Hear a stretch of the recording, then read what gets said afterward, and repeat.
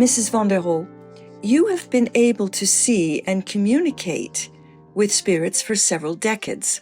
It's a particular tragedy for families when children die in an accident or because of illness.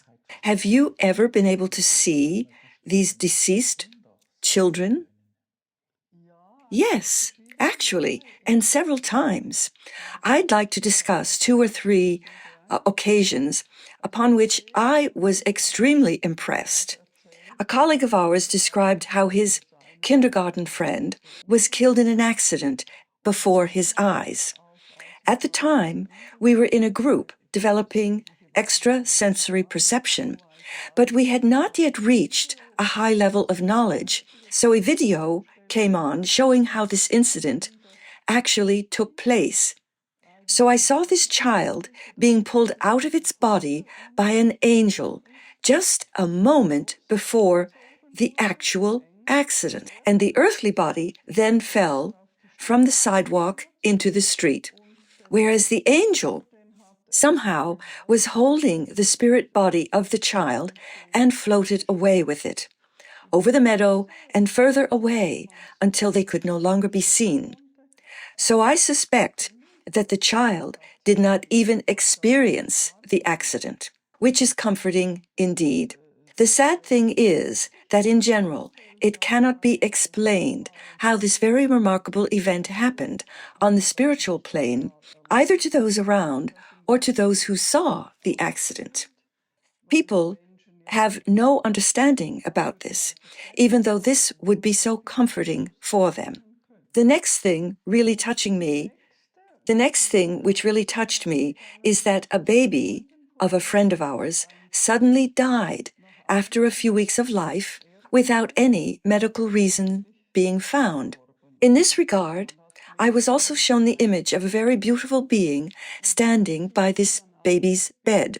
The child had been laid down for sleep, and the being was standing there for some time, waiting until the child was in deep sleep, when the spirit body typically leaves the earthly body, just as the spirit body often leaves the body of adults.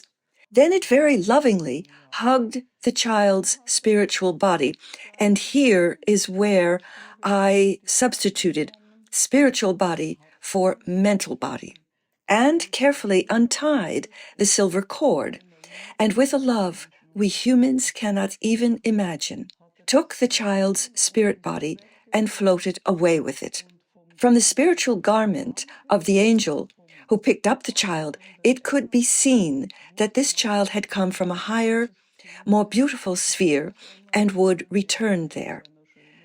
Now, for the third example, as well, and this was very moving for all of us, it was about a swimming accident where, in the midst of all the unrest, the spirit body was pulled out of the earthly body and taken away as well. In this case, I could already see from the angel who picked up the child that this child had come from a more simple spiritual plane. And this also was confirmed later on when I was sent another image during a longer phase of meditation. It usually happens like this. I suddenly get an image, and in this case, I saw her on a very simple level, where she was to go through training, and where things were more simple, just as they used to be in a village. Is it really possible to make sure that these children do not experience the accident? Yes, definitely, and again, I admire this goodness and carefulness of the spiritual world, that these children are not even aware of what is going on. So what happens to children after they have departed the earthly world? There is an opinion prevailing, namely that the children's spirit is suddenly grown up in the afterlife. No, it is completely different.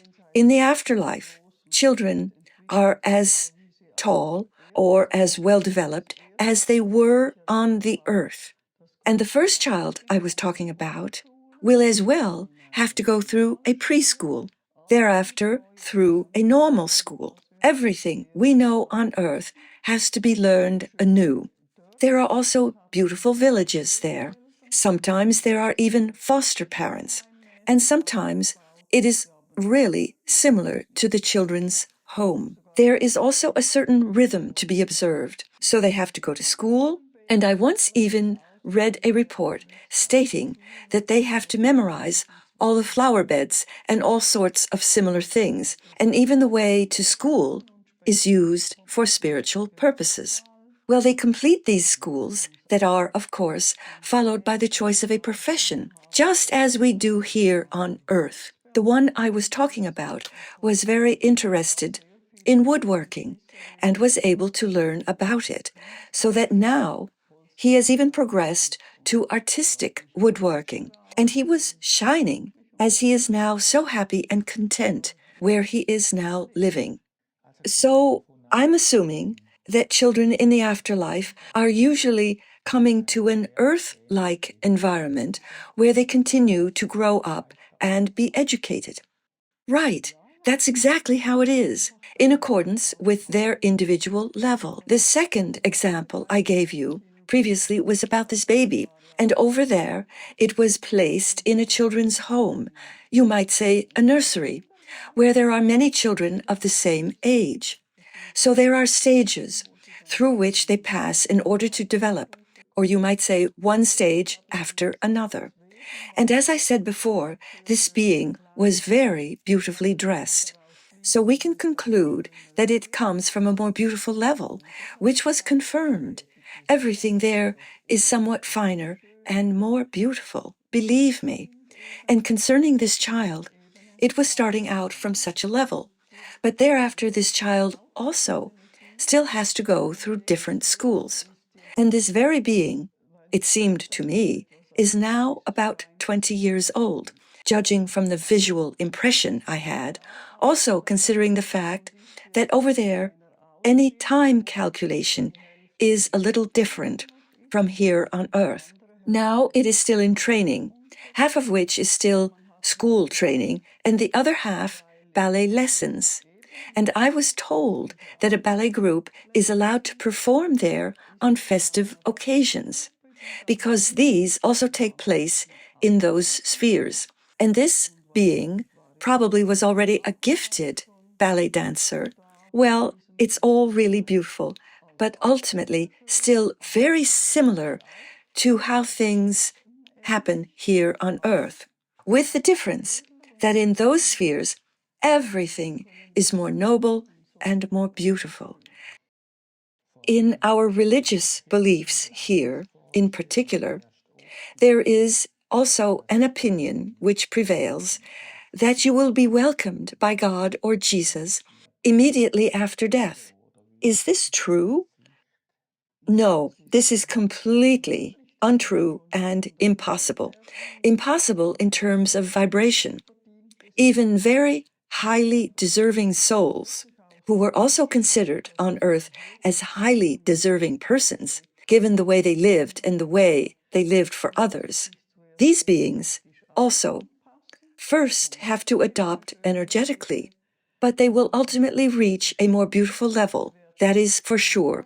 They have to adapt energetically, and they are also instructed. And a good deal of preparation is necessary before it is possible to meet Christ, if you imagine this Christ far above. Such a deserving person must be dressed appropriately, more festively, for such an occasion. And still, many other arrangements have to be made in advance. What we were allowed to read in our lectures is that there are heavenly events as well, festivals, you might call them, in huge arenas, where one particular day, many thousands of deserving beings are allowed to experience Christ, but only from a distance. And if someone is very, very highly deserving, what I was allowed to read once was that there will be a festival on a smaller scale where Christ will be present, welcoming such a soul. However, this takes place on such a high level that you might get the impression, or maybe it's even being planned, that someone is being raised to angelic status. And this also means that this being no longer has to incarnate on earth, because it has made the whole way back successfully, having been able to live this noble life because of its maturity. There are also more simple things. There is also tragedy. And in this context, my guardian angel showed me my aunt. He didn't actually enjoy this picture at all, but he said, "Look at this. It is a reality," because she was on a level where she still looked aged. She was dressed accordingly, and I thought, she obviously has not evolved, so she has not gained any new insights. Nothing like that at all. And I was then told that she came to a level where there are other people like her who only ever prayed mechanically, just as she did at home. And also when we were sometimes on holiday, she prayed so much, but only mechanically. And that is nothing. It doesn't create any sort of spiritual energy. No connection to heaven either. And now she has to join those who believe fanatically that if you prayed a lot, you would meet Christ over there. I mean, that's an absurd thought anyway, because how many people die within an hour? Is Christ able to welcome all of them? This train of thought is completely wrong. So I said to my guarding angel, "Well, that's my dear aunt. I would like to demonstrate something to you."